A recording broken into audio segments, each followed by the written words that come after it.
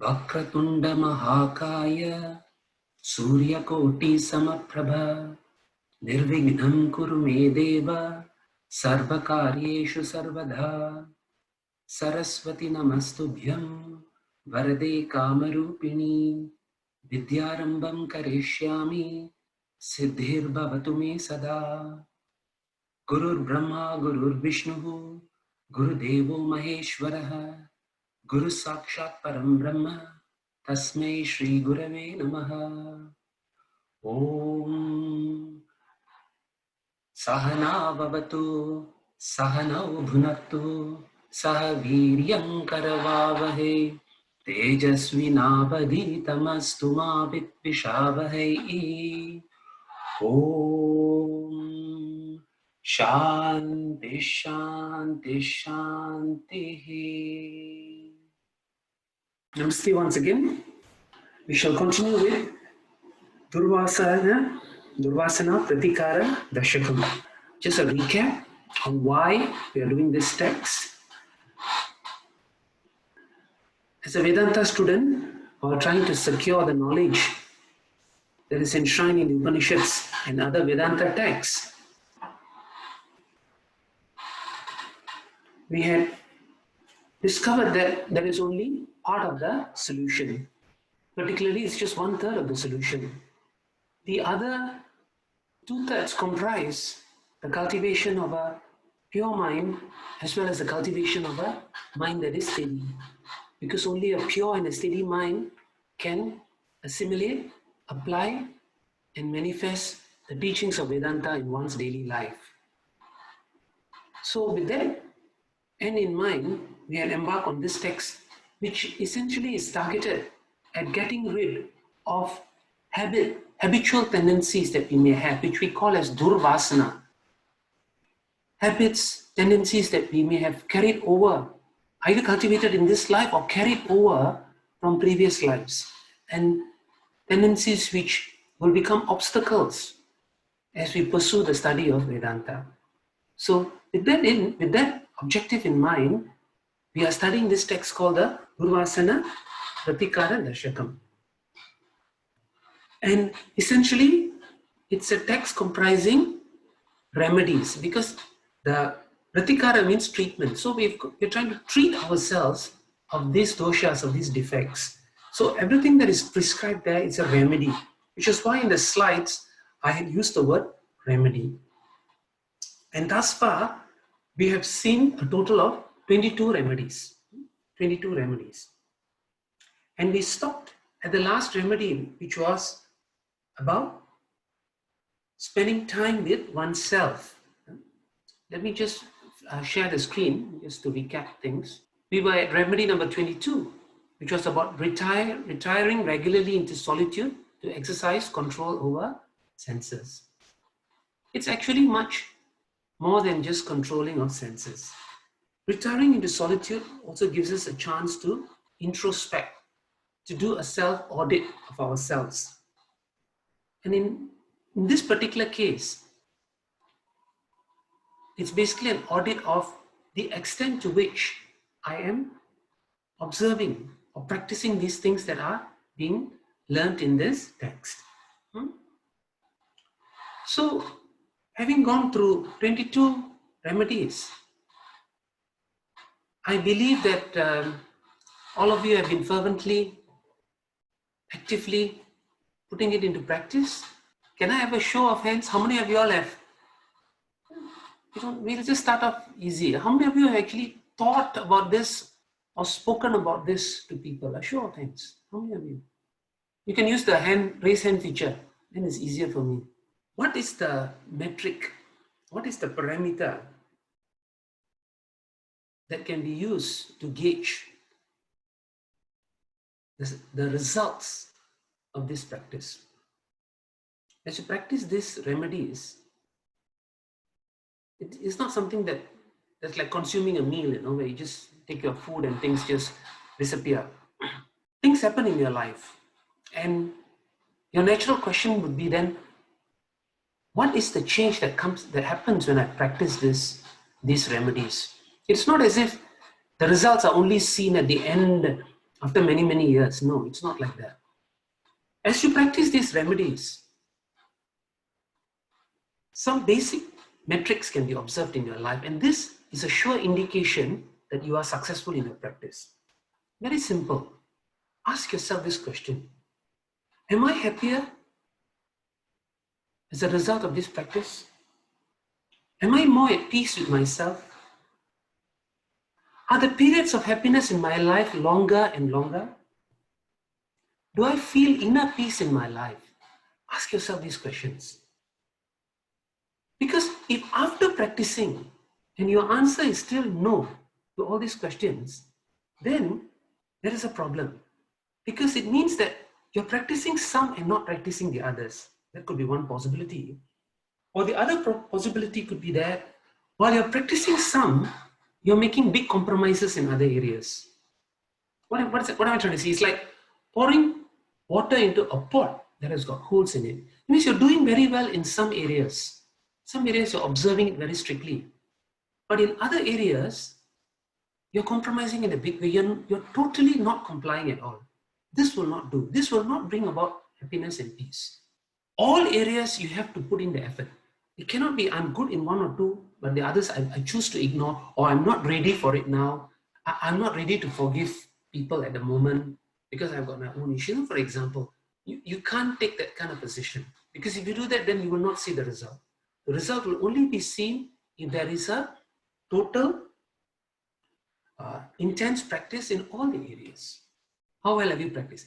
Sometimes the situation may not be there for you to practice all 23, but the sankalpa, the desire to intensely practice it, if it is there, that's good enough. Okay? So we'll do a check. So we'll come to today's session, which is verse number 6. Verse 6 goes like this. The first line will be Alasyam tvaraya shramam shramadiyat tandrim samuttanataha. Okay, there are 3 points there. I've already sent you the slide, so you can look at it actually. It's remedy 23, 24, and 25 actually. The first is to give up the sense of laziness by doing things promptly as a habit. This is a very important attribute, not just in spiritual life, but even in your work or any other endeavor that you may have. To do things promptly, do things on time, do things quickly, promptly and do it well.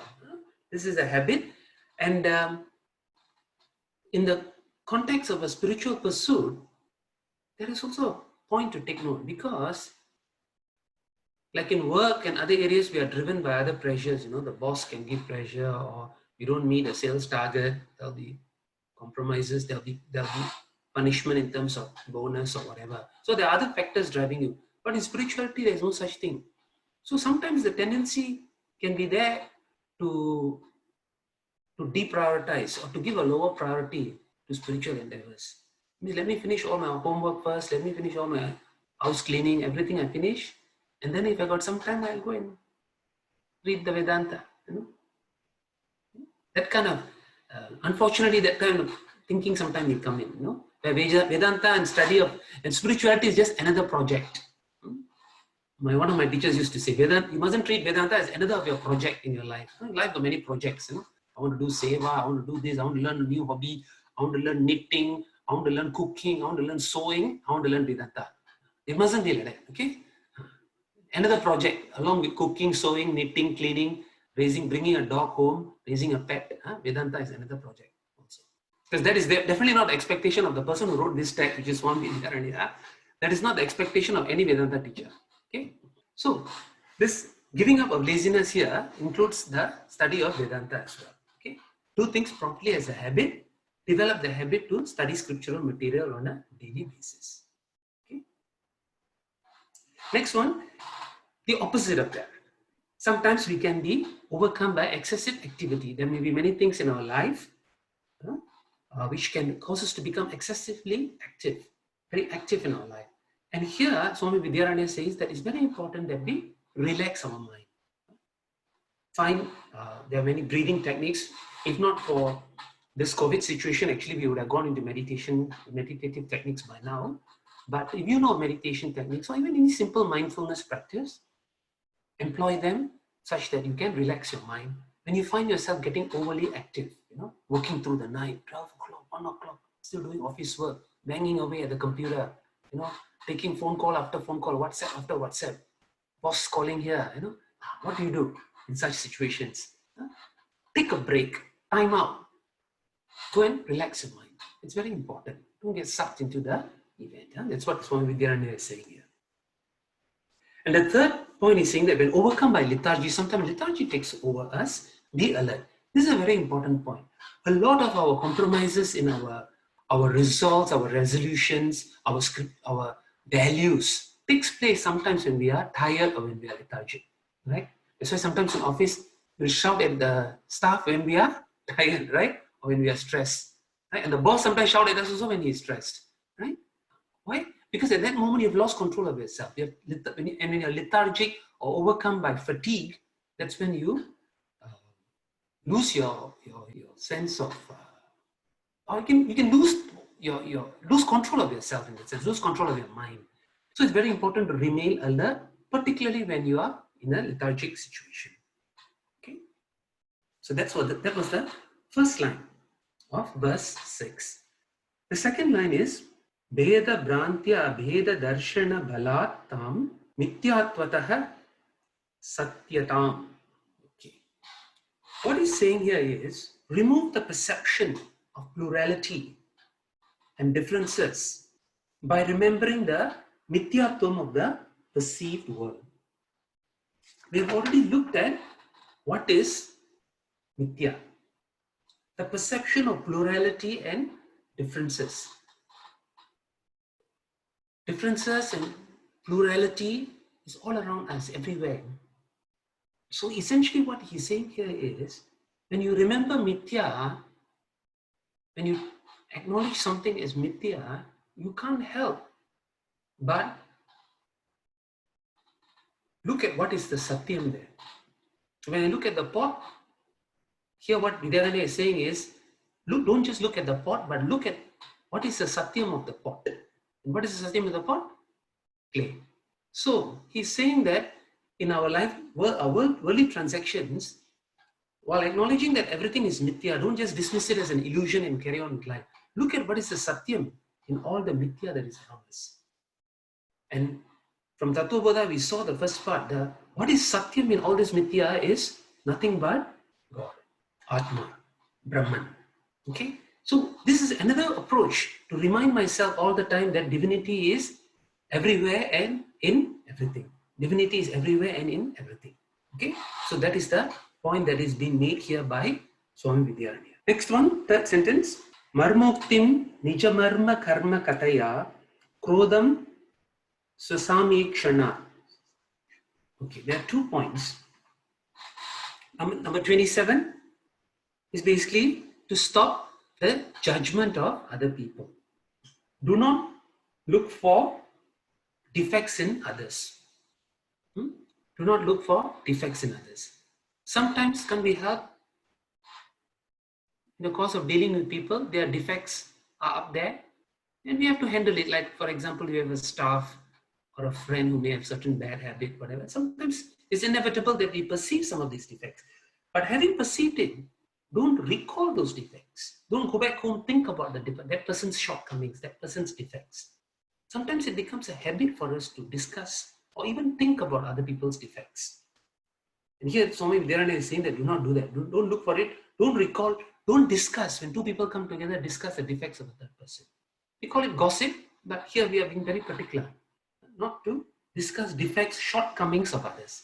And he says that if you need to talk about defects, talk about your own defects. Talk about what are your own shortcomings, rather than to talk about other people's shortcomings. Right? In Tamil, they always say, Tan mudugu, tanakku theriyadu, right? You don't know your own back. So, look at your own mistakes first. Spend time discovering your own mistakes. Where are the areas where I have compromised? Where are the areas where I have fallen short of God's expectations of me? Where are the areas where I have not behaved as a student of Vedanta? Where are the areas where I have not delivered on my promise to God that I will follow His words? Right? These are more important things in your life that you should worry about, rather than to worry about somebody else's defects and how we can correct that person. For a Vedanta student, it's doubly important that this habit be kicked once and for all. No judgment of other people. Absolutely no judgment in thought, word, and deed. Okay? That is very important. Okay? This remedy number 27. Stop judgment of other people. Okay? And number 28 is to give up anger altogether. Okay? That means he's saying essentially that there is no scope there's no scope to get angry at all. So if you're prone to anger, he's saying that it has to be given up. You should not get angry anymore. As a serious student of Vedanta, you shouldn't be getting angry anymore. Okay? These are all gold standards. Typically, you wouldn't go in a Purana text, they won't say don't get angry, because they'll say every Munivar gets angry, every sage gets angry, they'll put the curse and all that, right? You see, so you can see why this text is of a higher standard. It's for you to raise yourself to a higher level of spirituality. Okay, it's for you to raise yourself to a higher level of spirituality. That's why he's not telling you to manage your anger or count to 10 or drink water when you get angry, He's not even going there. He's already mentioned it earlier about some ways to manage anger through forbearance and all that in an earlier remedy. But in this remedy, he's saying, give up anger altogether. That means he's not accepting a position where you say, I get angry and then I think of what to do with anger. No, he says you should not even get angry in the first place. Okay? So it's quite a serious demand that Swami Vidyananda is placing there. And the fourth line, Akrosham Kushaloktitasya cha Manaschindya Pramado Bhayam. Here he is saying, give up the shouting and scolding of other people. That means one should not shout and scold other people. And always speak pleasantly and beneficially. Okay? Speak pleasantly and beneficially, especially when you are right. Especially when you are right. Most of the time, our shouting and scolding comes why? Because I'm very sure that I am right and that person is wrong. If I doubt, normally we won't shout and scold. At least we are sensible enough to realize, in case I'm wrong, so I'll be a bit more guarded. But when I'm 100% sure I'm right, and especially when I'm sure my staff is wrong, he's going to get hell from me. Right? So even when we are right and we need to correct somebody else, it's very important that it be done pleasantly and beneficially. Beneficially for the other person. Classic example of this, where will you find? Where will you find? Ramayana. You'll find it in Ramayana. Umpteen opportunities Rama gets to correct the people around him, especially Lakshmana. Lakshmana is the biggest culprit, always gets angry, agitated, So many episodes, he will get to correct Lakshmana, but he will never pick off Lakshmana. He will never shout at Lakshmana. Not just Lakshmana, even many other people, Rama will correct along the way. Vibhishana, Sugriva, Hanuman, Jambavan, many people. And he's right, despite knowing for sure that he's right. He is the embodiment of Dharma, Rama Vigrahavan Dharma. Knowing that he's the embodiment of Dharma, being 100% sure that he's right, despite that, he will put the truth across in a pleasant way, in a beneficial way, no ego, no arrogance, and put it across such that the person, even the listener will feel, yes, I'm wrong here, and go along with Rama. That is the beauty of Rama. He's a classic example from whom we can learn this attribute. Because these are days we find that people get impatient very easily. People get impatient about things. We don't want to suffer people who don't get things as fast as us. We can be surrounded by people who don't understand things quickly, and we easily lose it. You see, and sometimes we even justify our anger to say, the fellow deserves it because he can't even understand such a simple thing. But I tell you, this is where it makes all the difference. It's in moments like this. These are defining moments. These are the moments if you can catch yourself, you go a step up in God's light, in God's eye. But despite being right, you don't bully the other person. You are still nice to the person. You correct the person in a pleasant way. This makes you special. This is what will make you special. And the last one, there is the issue of bhayam. Because the next issue is there may be fear in us. We can be fearful of many, many things. Okay? And here, Swami Vidyaranya is saying, give up the fear by recalling that, what? I am Atma. That is free from fear. Atma is Abhaya, free from all fear. Okay? So recall that the truth that I've studied in Tattvabodha, studied Upanishads are saying, Aham Atma, I am Atma. Aham Brahmasmi. Correct? I am Atma. So what is there to be fearful? Okay? But at this point, if you find that Atma, I'm not so clear about the concepts of Atma, I've not finished Tattvabodha, I'm still halfway there, I'm not so clear, then what do? You take the second option. If you get frightened, if you are fearful, recall what? God is with me, so I don't have to fear. Okay? That's the second option. So first option, recall that I'm Atma, Atma is free from fear. But if you can't do that, never mind. Second option, God is with me, so I need not fear. Very simple. Okay? Second one, very easy. No excuse to say, you cannot say that, God is not with me. Because God is not with me, I'll ask you to prove to me that God is not with you. Okay? God is always with us. Recall that, and therefore I don't have to be fear. That's why, what is this posture, this mudra? It's called Abhayamudra. Right? All the deities, a lot of them will have this mudra, right? This is, blessing is one, but more importantly, this is called Abhayamudra. Abhaya means no fear, don't be fear. Why fear when I am here? That is the mudra. Okay? So by recalling that, we can overcome fear. Okay? Now we can go to verse 7. Bhutartha smaranam brita brahma diya praptam tu hanekshanat. This one, stop thinking of the past by recalling that you can't do anything about it. Remember the story of the cat and the 60,000 rats? Can you remember? Forgotten already. Why 60,000 rats? Because a man experiences, man or woman has on the average 60,000 thoughts a day, of which 90% of the thoughts were from yesterday. Okay? 90% from yesterday. So, a lot of our time is spent in dwelling on the past. Okay? And you'll see the next line is about telling you to stop worrying about the future. So it's always about past and future. Past and future. And we lose the present moment. Sometimes we get into a mode where we are always thinking of what is going to happen or what I'm going to do in the next minute, next 5 hours, next 10 hours, tomorrow. The mind is always in that planning mode, It means your present is not something that you enjoy. Your present is always seen as a means to achieve something in future. Your present is always treated as a means to achieve something in the future. It means the present is always spent always with a view about something that I'm going to do in the future. It means now, right now, I'm thinking of what I'm going to have afterwards for dinner.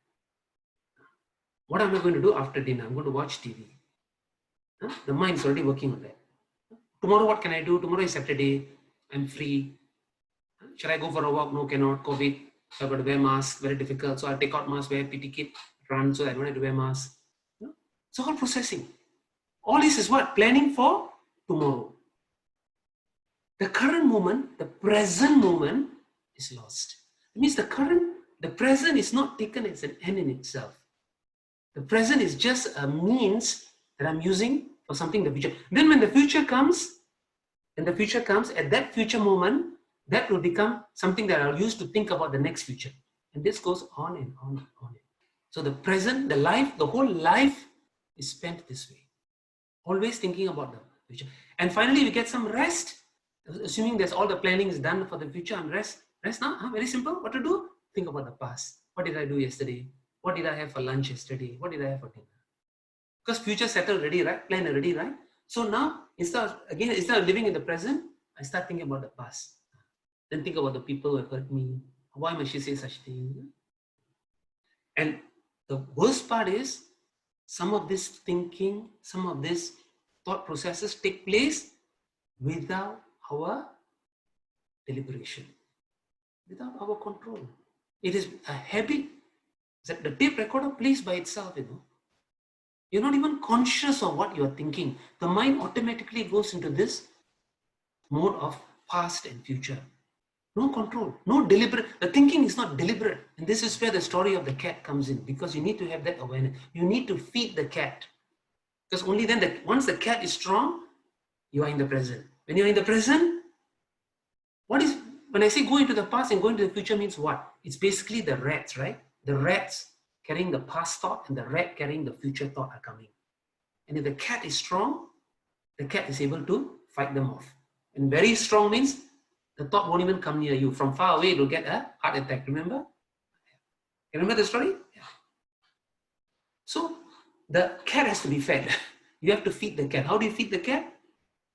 Living in the present. How to live in the present? Mindfulness, breathing, right?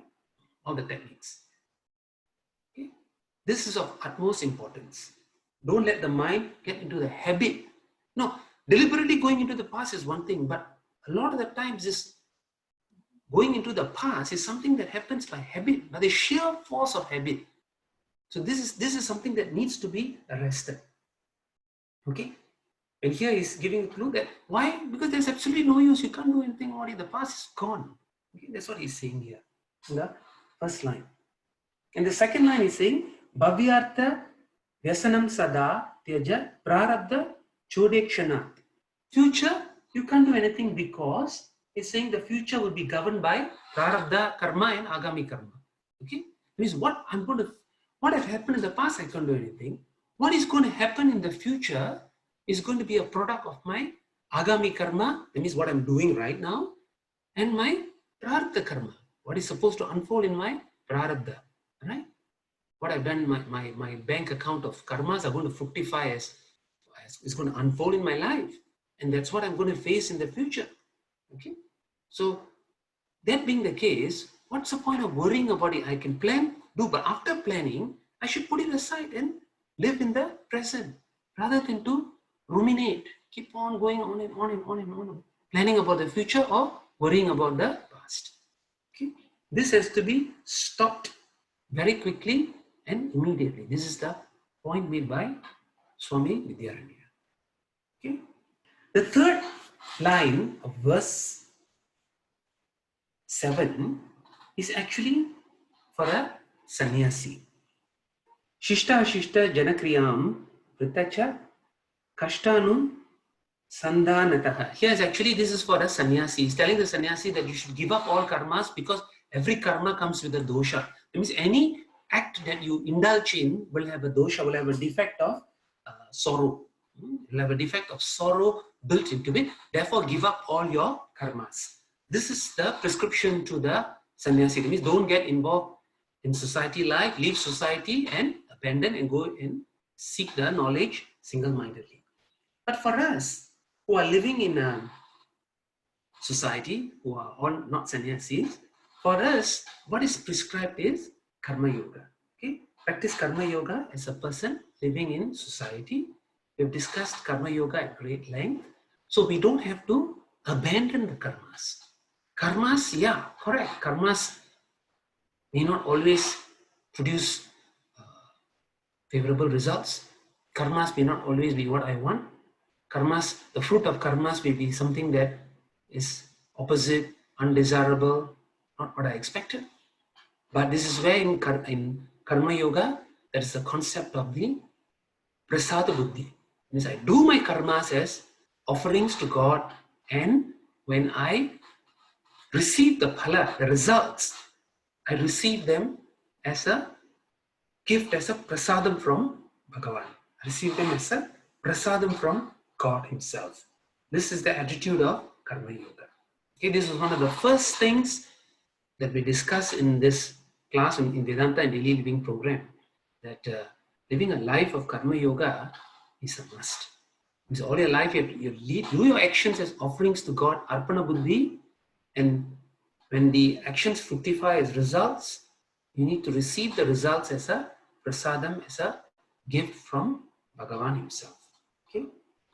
So that is the modification that we have to adopt for this particular life. Okay? Practice karma yoga as a person living in society. And the last line, Sneha dveshamatim sadatyaja janam basmams tatha samsmritehe. Avoid ill feelings and hatred by friendship and unconditional love for all. All ill feelings, hatred, okay? All this has to be overcome by friendship and unconditional love for all. You know, some of these things I'm saying, some of you may be scratching your head and thinking, actually, what's the big deal? All these things is no, this is dharma. This is dharma. Right? We learned this in Yama Niyamas. I learned this in kindergarten, you know. In kindergarten, my primary school teacher used to tell me, our kindergarten teacher used to tell me, you know, you should avoid ill feelings and hatred, be friendly with all your friends in class, right? So why am I saying something here that was taught to you in kindergarten? You're wasting all your time here, right? It's the intensity, okay? It's the intensity. Ask yourself. That's why the honest audit, self-audit is very important. If you just got, because superficially you look at all of this, all these things you have heard before. I'm not telling you anything new. All these things are well known, you know. But the point is, there should be no compromise in the observance of this. Because if you start compromising, then the game is lost. The reason why this is all mentioned again is to drive home the point that it has to be 100%. You have to make it a part of your life. It means there should be no more ill feelings or hatred towards anyone. And unconditional love for all must be there. Last week, somebody also checked with me, and because when we spoke about forgiving, showing unconditional love for all, somebody told me, you know, it's you think it's so easy, you know. Sometimes some of the hurt can be so bad, so deep, you know. To practice unconditional love and forgiveness, it's not straightforward. You know? My solution is very simple. Go for the low-hanging fruit. You don't have to practice this 100% right from the onset. You know, go for low-hanging fruit. Go for those that can easily forgive. Go where you can easily practice unconditional love. That will get you into the run of things. Then you will find it's easier when you come to the harder problems. Start with the easy ones first. Don't go straight away to the person who has hurt you most. It will be very difficult. Start with the others who have hurt you not as much. You know? Start with those. Practice that, because then you will find then that those hurdles are easier to cross. It's like a child learning to walk. You know?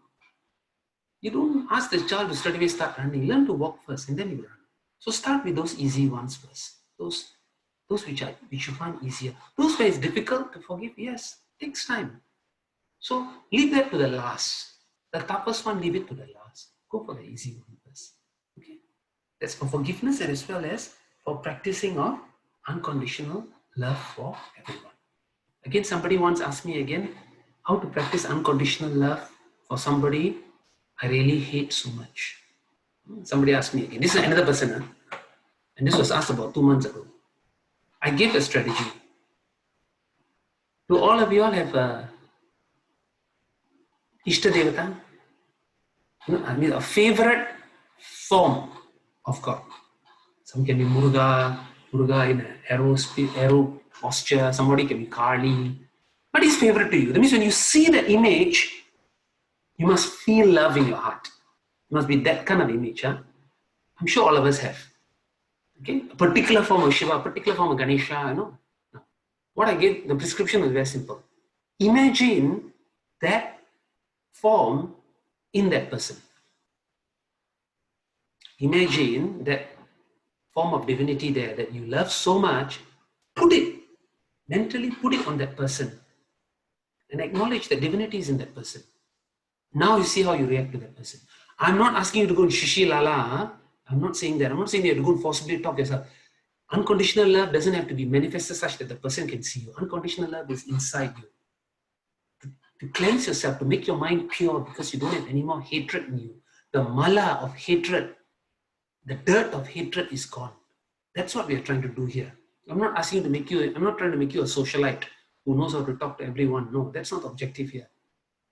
Unconditional love means in my heart, I don't have hatred for anybody. That doesn't mean I go talk to everybody, no. It means I don't have hatred for anybody. And if I have difficulty, have so much hatred for a person that I can't practice unconditional love for that person, take that favorite form, put it on that person's face. Look at that, you imagine, mentally visualize that person there. And then love that person. You'll be amazed at the powers of your mind. You'll be amazed at the powers of your mind. Okay? That's a sure way to practice unconditional love. By doing that, what are you doing? You are removing the dirt in your mind. What dirt? The dirt of hatred. You're making your mind pure. You're making your mind pure. Simple as that. And once you've done it, you don't have to do it every day. It's not as if every day I need to imagine and bring the person into my mind. No. Even though I don't see the person. No, it's not like that. You just need to do it once or twice. After that, it's not an issue anymore. The hatred won't even come anymore. The hatred will be gone. You have become a purer person. A purer person is a more spiritual person. A person with better vibrations. A person who is at peace with himself. A person who is happy, happier. Okay? So practice that, unconditional love. Practice all the people you today have issues with. All the people with whom you have difficulty, with whom you have something. All the people today whom you can't love, full stop. Go and practice, go and do it with everyone. They don't need to know. They don't need to know this. And you don't even have to talk to them. Okay? I've done this many times. And I've not seen nothing but success. Okay? So you can also do it. It's not very difficult. It's done entirely in the privacy of yourself and yourself alone. Only God knows. You and God. Okay? Because this is a sure means to make yourself pure. Okay? So that's one of the remedy that he's giving in verse number 7. Okay? And the other one that's mentioned there is overcome the attachment to the body by remembering that one day all will be reduced to the ashes. That means some of us are so, attached to the body. The body means so much to us. When I was 20 years old, it took 3 hours to comb the hair. And 50 years old, no hair, still take 3 hours to comb. Why? Bodily attachment. See, Zoom channel. Look at the number of people who can't switch on video. Why? I asked some of them why. Because not in this group, but in some other groups where I'm Zoom, they say, why do you all switch on the video? Oh no, I don't want to be seen by others because I'm not dressed. You're at home, of course you're not dressed at home. Right? How can I expect you to be dressed so nicely at home? Then I think something's wrong with you. Of course you're at home. But people can't see me without my makeup on. People cannot see me with a bad hair day. People cannot see me, my hair is not in tip-top condition. How I look, how others see me matters to me. How other people see my physical appearance and how they perceive me matters to me. This is the problem. And one day when they make a wrong comment about my physical appearance, am I going to jump with joy? No. I'm going to be upset. I'm going to be riled. Correct? But if I'm not bothered about my physical appearance, within reasonable limits, within societal standards, I'm not so bothered. I'm not going to be harmed when such things are said to me. So here what he's saying is, don't be so attached to the physical body. Remembering that one day it's going to become bhasma. The word he uses there is bhasma. Bhasma means ash. That is why in Shaiva tradition we always put what? Vibhuti. Why we put vibhuti? To remind ourselves one day, after all the atam patam, when we go, we all going to go, when we go to the cremation ground, we are all going to become the same vibhuti, the ash. That is all that's going to happen. All the wonderful, handsome looks and the makeup and the hair and the plastic surgery and the facelift and the cheek implants are all.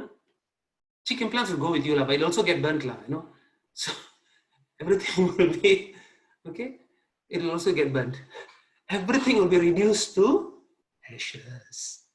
So don't be so obsessed with the physical body. Those who have switched off your video, don't feel so bad. It's okay. You can continue and switch on the video just because I've said that. Okay? It's your comfort level. Okay? But so don't worry too much about the video. What is more important is get hold of Swami Vidyaranya's message about attachment to the physical body, remembering that one day it will all be reduced to ashes. The other reason why they also put a lot of emphasis on the physical body is also, if you remember sadhana chatushtaya about titiksha, because as you do more and more Vedanta sadhana, you are actually training the mind to become very resilient and strong. And the body cannot become an obstacle at some point, because while you focus to train your mind to, to be pure, to have love, to forgive, to be calm, to be peaceful, while the mind is trained like that, in the course of doing that, the body cannot come in the way and become an obstacle. That's why in Ashtanga Yoga, you always do the asana first. You need to get comfortable with sitting, because if you can't even sit properly, you can forget about meditating, doing dhyana and dharana. So asana comes first. You got to get your posture proper first. You must be able to sit properly, sit quietly, sit long enough. Only then the mind can be calm. Because if the body is not ready and the body is, very not properly conditioned, or if I'm too particular about my body and its peculiarities, then when I try to calm the mind, the body will keep on coming in the way and it'll become a big problem. And I'll get very frustrated trying to work on the mind. Okay, so this bodily attachment's got to be something that got to be minimized to the barest minimum and developed to the extent that's just required for sustenance in society. I said quite a bit on verse 6 and verse 7. Any questions? Yeah, Karthik? Really, this point about asanas for sitting longer. I think for me, it's one of the things that I've been trying to understand. Are there any specific asanas that you would know of that we could do to sit for, let's say, 2-3 hours at least? To sit for 2 to 3 hours? Yeah. Okay, you see here, Sukham Stiram Asanam, that's what Patanjali Yoga Sutra says. Actually, in Yoga Sutras, the asana, all they are saying, the requirement for asana is for you to have Sukham. Sukham Stiram, that means firm and be comfortable. That is asana. So, the requirement from Patanjali there is just to be firm, such that you keep, primarily your back has to be straight, firm, and comfortable. If you're uncomfortable, the purpose is gone. So essentially something that makes your back firm and comfortable. So typically today, you go to any yoga school, they normally talk about lotus position or the half lotus position. Typically those are things that people practice for meditation, for preparation to meditation. If you're not used to that, initially you'll have difficulty, but the beauty of these two positions, especially the half lotus, is that if you do it every day, if you sit like that for every day for maybe even 5 or 10 minutes, after a while your knees get used to it, your legs get used to it, and then you won't feel the pain anymore. Consistency is very, very important. If you do it only once a month or once a week like that, then each time you sit, it will trouble you.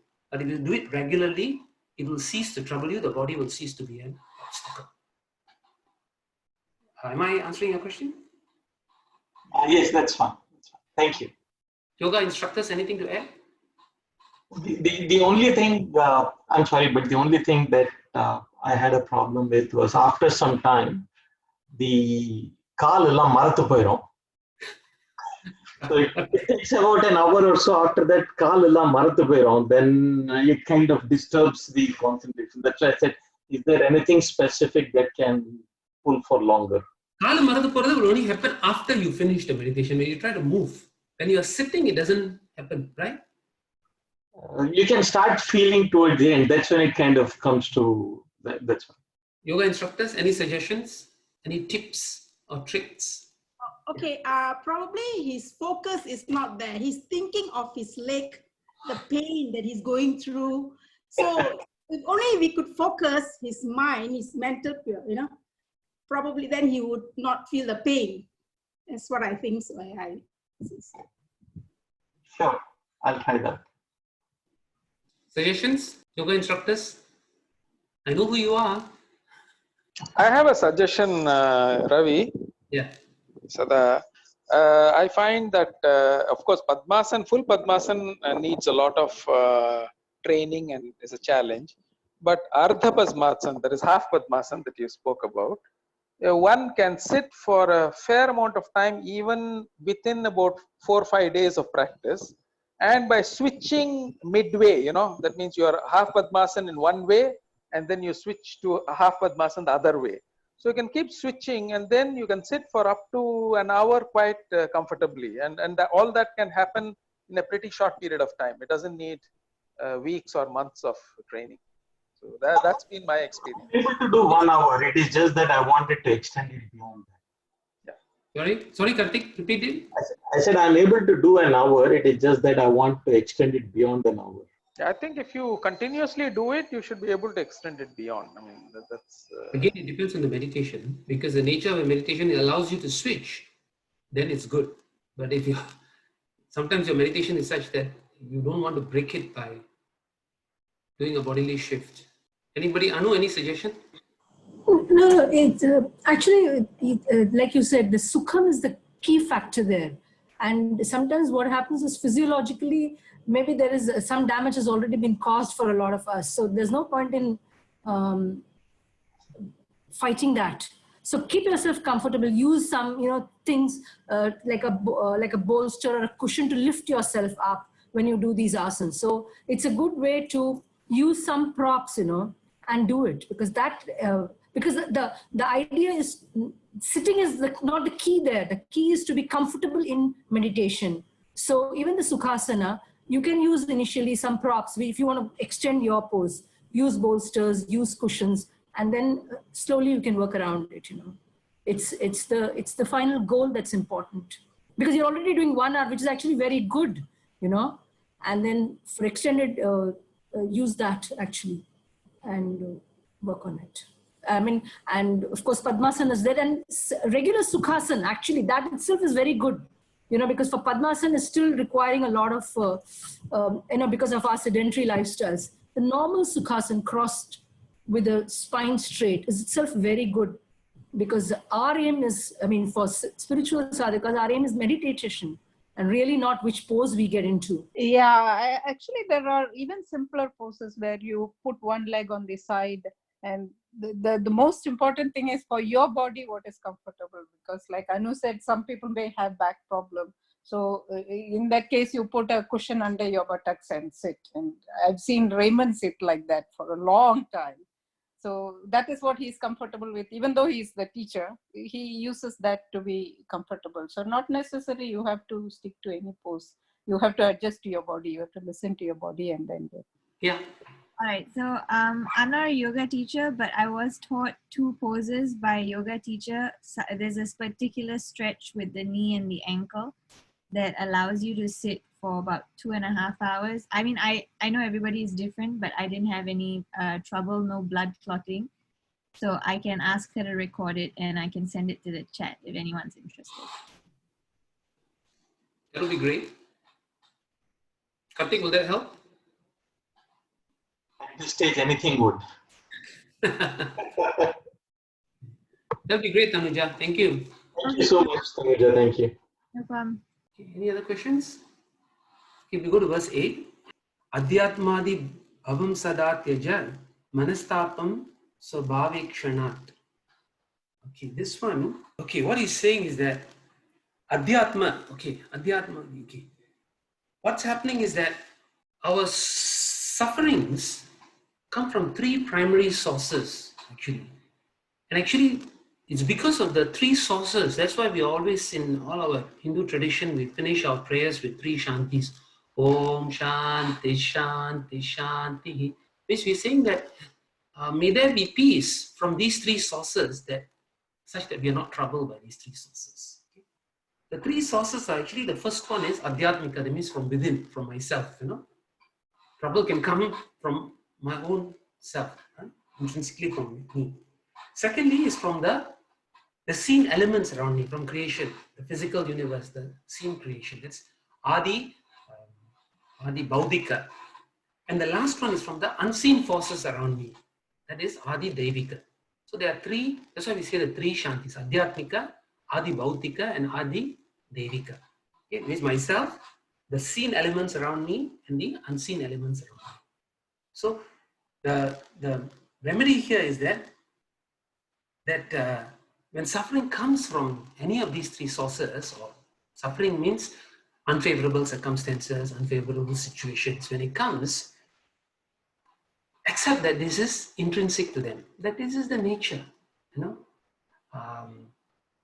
that a lot of time our problems with situation is that we find it difficult to accept. Okay, here he's saying that accept it, that these sources of suffering, it's intrinsic, it's natural to them, and they will shower that particular trouble on you according to your karmic blueprint. Okay, that's what Vidyaranya is saying. But we can go further than that. We can look at how whatever situations that come to my life are actually what? What are they? They are a product of my karma, my karmic blueprint, number one.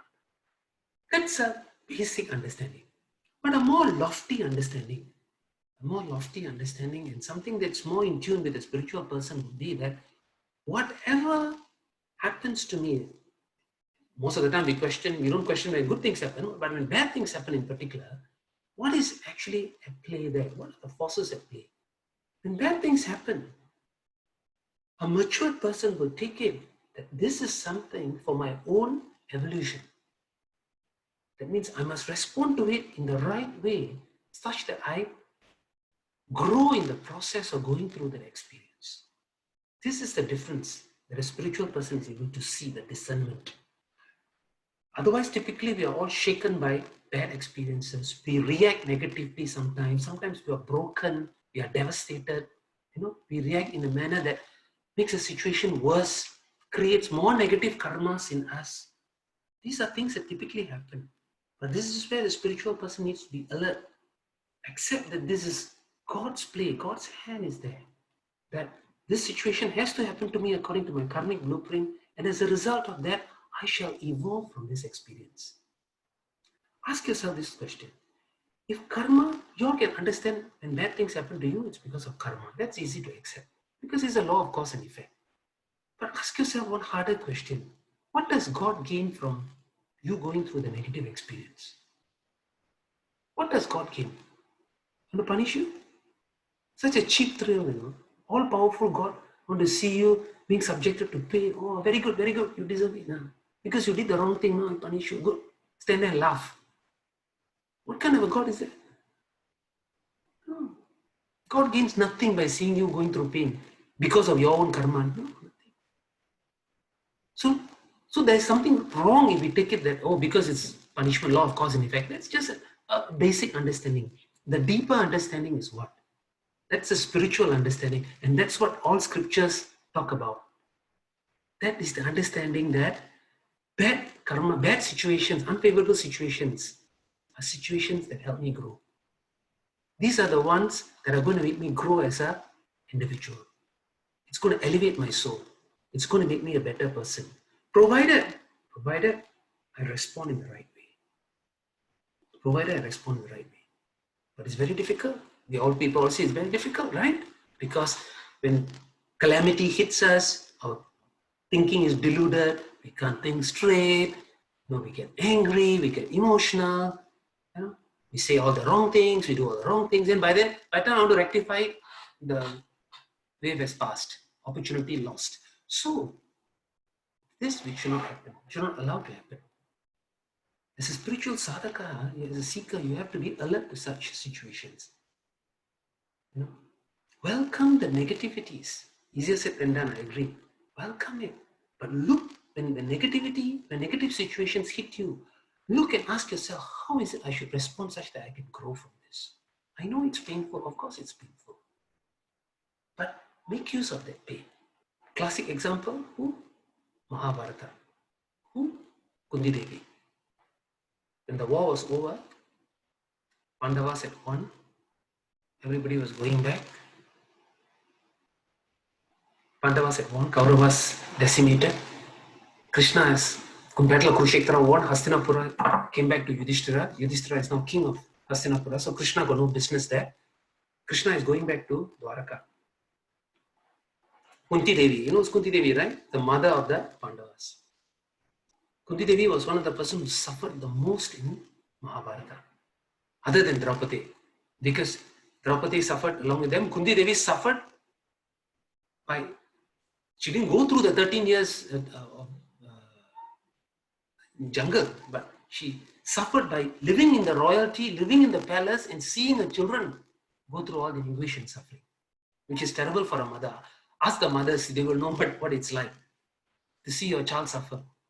So Kunti Devi went through that type of suffering for many years.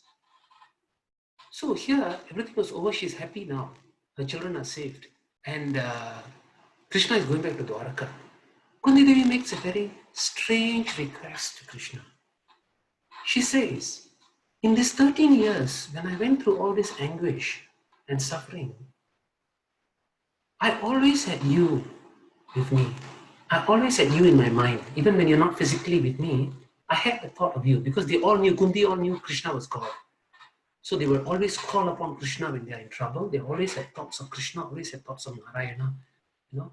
And Narayana's grace and blessing was always with them. So Kunti always said, in all these moments of suffering, I repeatedly kept going to you. And it was my solace. And because of that, I have grown so close. I just adore thinking of you, praying to you, worshipping you, loving you. And I was able to do all this because in those 13 years, I had trouble after trouble after trouble.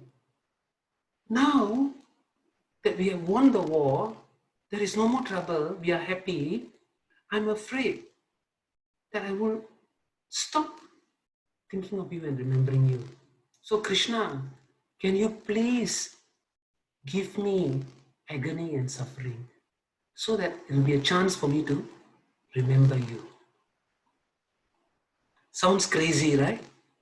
Sounds crazy woman, like a crazy old woman. No, it's not. It shows the maturity of the mind. The mind has grown in the 13 years.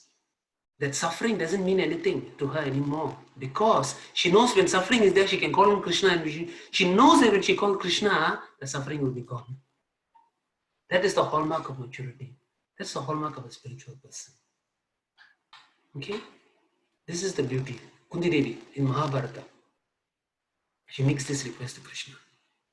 I'm not asking you all overnight today to go to your altar and start praying, God, give me all the pain. Huh? I'm not asking you to do that. You don't have to do that.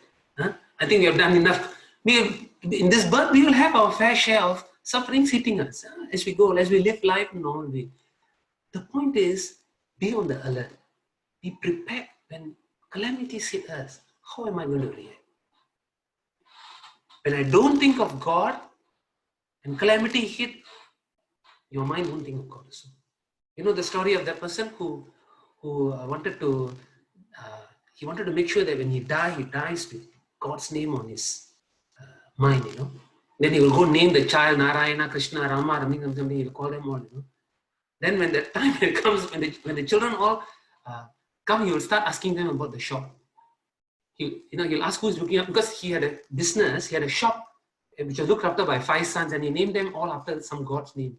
But on his deathbed, when he called them and the children all came, he started asking them, all of you are like, hey, who's looking after the shop? So he forgot the opportunity. His whole idea of naming them is under God's name was to make sure that when he died, he can call them and then he can die remembering God. But when they came, his mind was on the shop. Who is looking after the shop? You see? So the point is, you must get into the habit of always remembering God and always be in tune with God. Naming children helps, but no point naming them as Krishna, Rama, but You're not remembering Krishna Rama. If your mind is always in tune with God, then when the calamity struck, your mind will automatically go to God. Without living a life like that, and then when the calamity hits, at that point, it won't be natural to you. You can't even remember. So when situation is good, you must make hay while the sun shines. When the weather is good, that's when you have to prepare yourself, prep yourself up, such that when calamity hits you, you can overcome it readily. Okay? And whatever the suffering may be, you can accept it. Why? Because God is with me. I don't have to be afraid. So this is the outlook that one should develop in oneself. That's the first one. The second one is Vaishamyam Samabhavataha Parakata Vikshepamakshobatah. Here what they are saying is practice equanimity when there are differences of views or opinions. Okay? Let's have a sambhavana. That means there can be lots of differences amongst people, differences of views, differences of opinions. Maintain a samatvam. Bhagavad Gita, we heard about equanimous mind. Samatvam yoga uchyate. Equanimity of mind is what Krishna refers to as yoga. So there must always be a equanimity of mind in all situations. Okay? So that's quite straightforward. Dhikaradi bhavantu dukkha manisham tat yogyata bhavanat. Unhappiness caused by contempt by other people. When people criticize us, when people show us contempt, when people are rude, impolite to us, people don't treat us well, seek solace in God. Okay, that's what he's saying here. Okay, seek solace in God when people are when people cause us unhappiness by showing contempt to us. Okay, that's remedy number 37. And the last one, which is the last two, is Tajna Shishun Kshamasva Kripaya Karmakshaya Tadanam. This one is to forgive with compassion the mistakes committed by others, knowingly or unknowingly. Whether people knowingly commit the mistake or unknowingly commit the mistake, forgive them with compassion. Earlier point was about unconditional love. This was about forgiving people. The ability to forgive is a must. It's a must in all spiritual seekers. Without forgiving people who have knowingly or unknowingly done wrong on us, there is no spiritual progress. You can forget about spiritual progress. Okay? Very important. And the last one, he gives another way to handle the harm done to you by others. Treat it as part of your karmic expiation. That means, what to do? I need to go through this. This is part of my karma. Accept it. Accept it as a part of your karmic expiation. Treat the harm done to you by other people. Don't react. If somebody does the harm to you, you're going to do back the harm. You have created another karmic bond for which you have to come back to serve the other person. They have this term called hook. When people attack you, verbally or by actions, or mainly by words or by actions, how you respond, be it internally or externally, is very important. Because if you are going to react in a manner with anger, with violence, even by thoughts, you're creating what they call as you're hooking the person, or you have allowed the person to hook you. And when that happens, that situation will come back again and again. You have not allowed the situation to dissipate. That means I may be in the right, but if somebody is going to harm me, create a trouble for me and harm me in some way, if I'm going to allow a negative reaction to happen inside me, even as a thought process, what I've done is I've allowed the person to hook me. And this situation will come back to haunt me again. Okay, so it's very important that we maintain equanimity of mind. That's why forgiveness and unconditional love is very important, because when people can do harm to us, but I will not respond, I'm able to be at peace with myself. Why? Because I've forgiven him. Doesn't matter, I've forgiven him. Because once I forgive somebody, I'm at peace with myself. No afflictions, no agitations, no frustrations. It's okay. God will take care of him. His own karma will take care of it. I don't have to be worried about it. I'm at peace with myself. Notwithstanding the bad deed done by him to me. This should be the outlook. Okay? Society doesn't tell you all this. Society say you must do it for tat. And if you don't respond, people will say, why are you such a chicken? Why are you a floor man? Why the guy said like that? Why didn't you respond? So society norms are different. But here, spiritual norms are different. You want to be a spiritual person? Yes, you have to be different. But is this easier? No. What society is asking you to do in that situation is much easier. It's easy to react. It's very easy to react. It's harder to forgive. So what they're asking you to do is the harder thing. But the reward is better because when you forgive, you're at peace with yourself. The mala, the dirt of krodha and moha is eliminated by forgiveness. The dirt of anger and delusion is eliminated. And with every elimination of a dirt in your mind, you are becoming purer. And you are becoming purer, you are moving towards your goal of realizing God. Simple as that. And these are not difficult things. These are not difficult. It just requires a commitment on your part to say that I want to walk this path. I want to live this life and I want to make sure that I make something out of this life spiritually.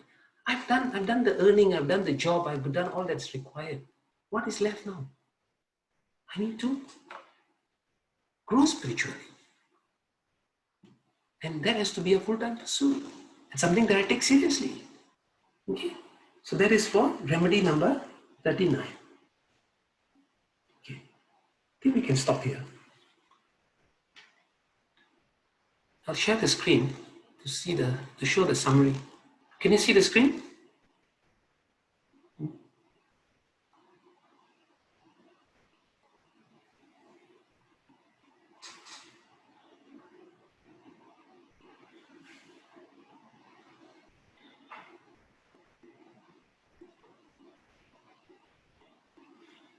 Any questions? Ravi, I have a question. Yeah. In the script that you just shared, it's one statement on the last verse. It says, as a Vedantic student, you don't pay attention to astrology. Because whatever is going to happen is going to happen. Just wanted to get your views on that. A Vedantic student should never look at the horoscope to study the future. Because whatever is in my Jatakam horoscope is acceptable to me, then why? Okay. Good. That's a view of the teacher. Okay. Okay. Let me explain where she's coming from, and then let me give you my views. Okay. Basically, here she's saying that a Vedantic student should never look at the horoscope to study the future because whatever is in my Jatak, in my horoscope is acceptable to me. Basically, she's going back to the point that you should accept whatever comes in your life. Huh? That means if the horoscope says that whatever bad thing is going to happen, accept it as it happens. And this is what I was saying, you face it when you come. But you can always ask me, so what if I find, no harm if I know that this is going to happen to me, right?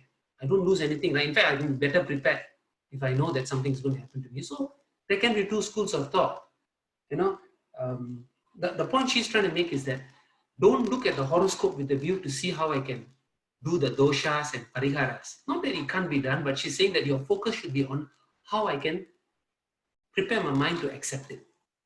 That's what she's saying. No hard and fast rule. Doesn't mean that as a Vedanta student you can't refer to horoscope. But I think she's saying don't get too caught up in it. That's one. The other thing is, which is actually the more important point, is that horoscopes, especially for older people, as you grow older and older, actually the horoscopes start to diverge. So horoscopes, that's why if you notice, they're very accurate for young children. But may not get so accurate as you go older, except for those major milestones like marriage and marriage. Death, don't say, no horoscope can predict death. So you find that horoscopes sometimes tend to get less accurate as you grow older. Why? Because you must see what is a horoscope. A horoscope is merely an extrapolation of your prarabdha. That means at a certain point, what the astrology is doing is based on what you have done, based on when you are born and the time and place of your birth, is making an extrapolation.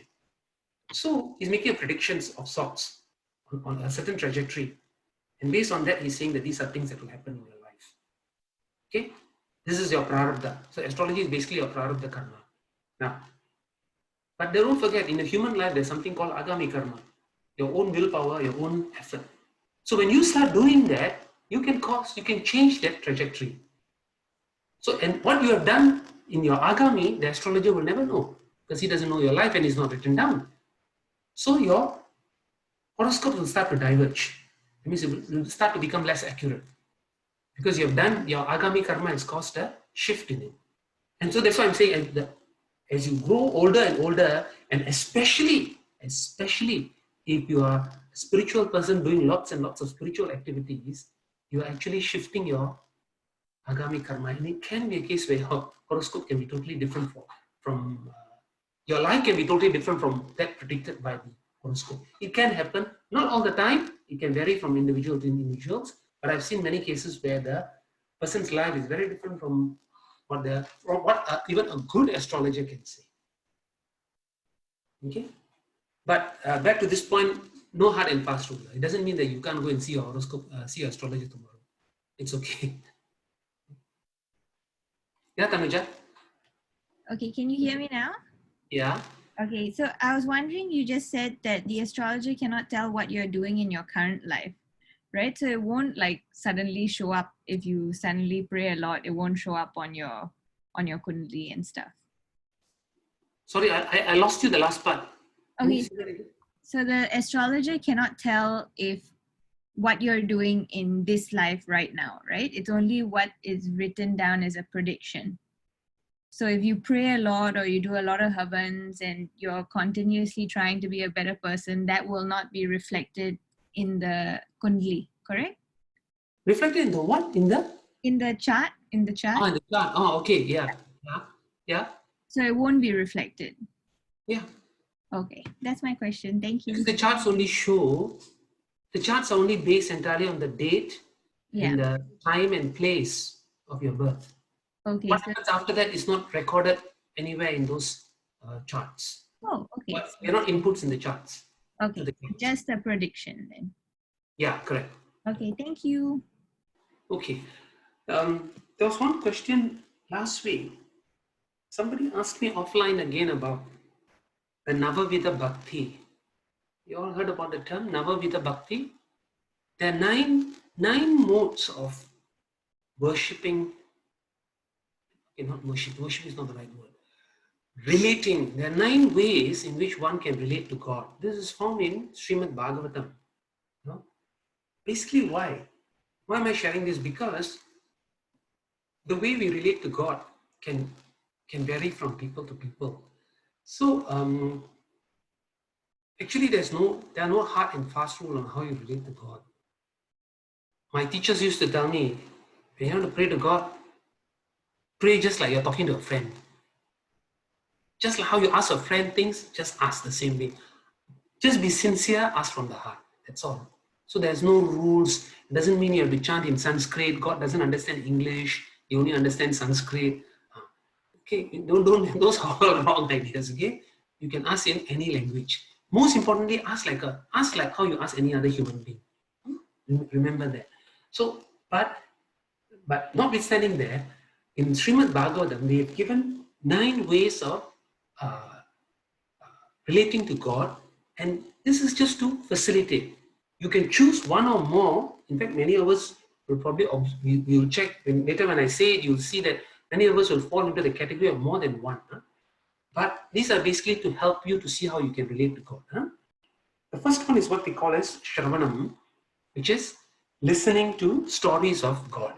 This is called the Navavida. Nava means 9 types of bhakti. The first is called Shravanam, which is listening to the stories of God. It means people like in the ancient India, they used to have this katha, the men will sit there and tell stories, people sit there, listen, listen to stories, the Ramayana, Mahabharata, Some people will be listening, some will be sleeping. One guy will wake up and ask, the whole night he will listen to Ramayana, then he will wake up the next morning, he will ask what's the relationship between Rama and Sita, Got characters like that also, they will use that to say, all sorts of people will attend. It's not for Vedanta students or anything, People who can come there because they got nothing better to do, so they will come there, you know. But that used to be the tradition of ancient India. The belief there is, if 1,000 people are listening, at least if one person can register the Ramayana, the Katha Kalashipam guy will feel good. He say, I've done my job. Because at least one person, even if 999 people have fallen asleep, doesn't matter. Okay? So this is how they reach out, bring out the message to the masses. This is called Shravanam. The second one is Kirtanam. Kirtanam means chanting, singing songs for God. So bhajans, all this will come under Kirtanam. Okay? Third one is Smaranam. Remembering God throughout the day. Like Kunti Devi. Remembering God throughout the day. Throughout the day means all times lah. That's Smaranam. Fourth one is Pada Sevanam. Serving God. Serving God means here, you can either take the form of service in the temple or serving the devotees of God. You want to stretch it further? Serving all human beings, because God resides in all human beings. God resides in all human beings. So you can, service can also come under this, but when you do the service, you have to remember that divinity is in the people, and not be arrogant or proud about my service, or go there and be very arrogant about it. No, you must serve with the attitude that I'm serving God. That's why they used to call Narayana Seva, Gandhiji, they say Daridra Narayana. You say, Gandhiji used to have this term, Daridra Narayana, where Narayana is found in the beggar. It means when I serve the beggar, I'm serving God. But that outlook must be yours, not the beggar. The beggar, he can take the money and do whatever you want, even buy alcohol or whatever. That doesn't matter, but that's not your problem. Your problem is that when you serve him, you must acknowledge that there is divinity in him. Therefore, I'm serving. So he's giving me an opportunity to serve God. This beggar is giving me an opportunity to serve God. That is called Pada Sevanam. That's the fourth one. Fifth one is formal worship, which is called Archana. Archana means formal worship, all your puja, your 16-step puja, 64-step puja. The formal worship is called Archana. That is the fifth. Sixth is Bandhanam. Bandhanam means praising God. It means you use language to praise God. An example was when Prahalada, when after Hiranyakashipu was destroyed by Narayana, by Narasimha, Prahalada had this long, lengthy Vandhanam, praising Narayana in all his beauty and glory. So these days, we don't have the language to do Vandhanam. I don't know, maybe some of you have, if you have the good, powerful Tamil or what, you can actually use language to pray, verbalize the glory and grandeur of God. That can also be, that's another way of relating to God. That is called Bandhanam. Okay? And then, next one is Dasyam. Dasyam means like a servant, the attitude of a servant to a master. That means you see God as a master, and you have the attitude that I'm the servant of God. And if you're the servant of God, what do? What does a servant do in the house? Don't tell me clean the room, all that, huh? What does a servant do?